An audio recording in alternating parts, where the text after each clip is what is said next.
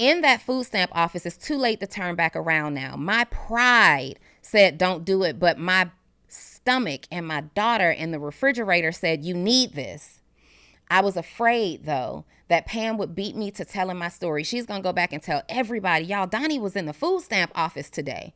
She was in the food stamp office doing what she needed to do to feed her daughter, and she should be embarrassed by that. She never did that, to my knowledge. I didn't give her the opportunity to, because I went immediately to Facebook after having that experience. Facebook was the platform of choice at the time.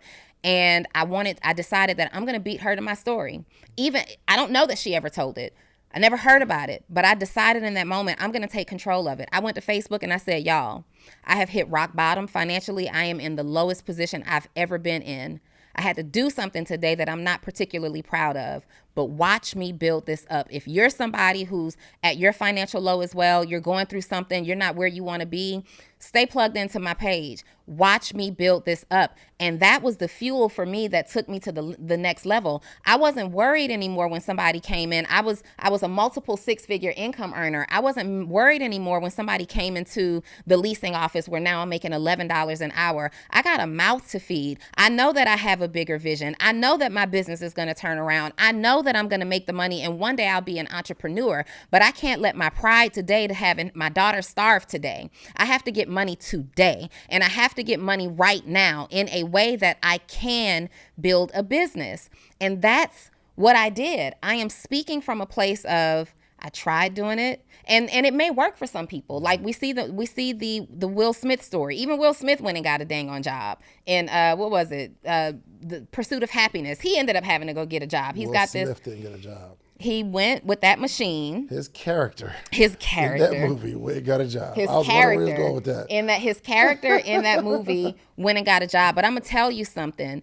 The reason that I advocate for going to get a job is because I talk to people. I've had 2 clients that I had to say, I'm not going to be able to work with you unless you get a job. I understand that you're making $80,000, $90,000 right now from your business, and that's fantastic, but you're also a husband, you got a wife, you got a house, you got these bills, you got 2, 3+ kids.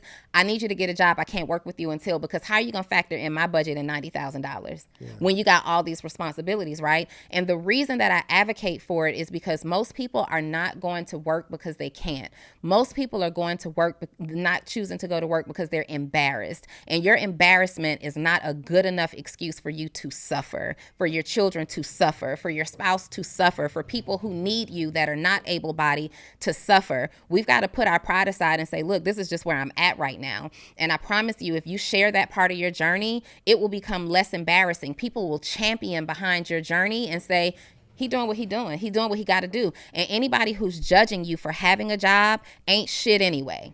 Yeah. All right? Period. I'm trying to think, because we know that the reason, Donnie, that they wouldn't get a job is pride, right? 1,000%. Then I'll just try to put myself in that seat. In the event, after all that I've said and taught, if things got really rough for me, would I be stubborn and just make this thing work, or would I take this advice of going get a job? And for some reason, I just don't know if my pride would let me.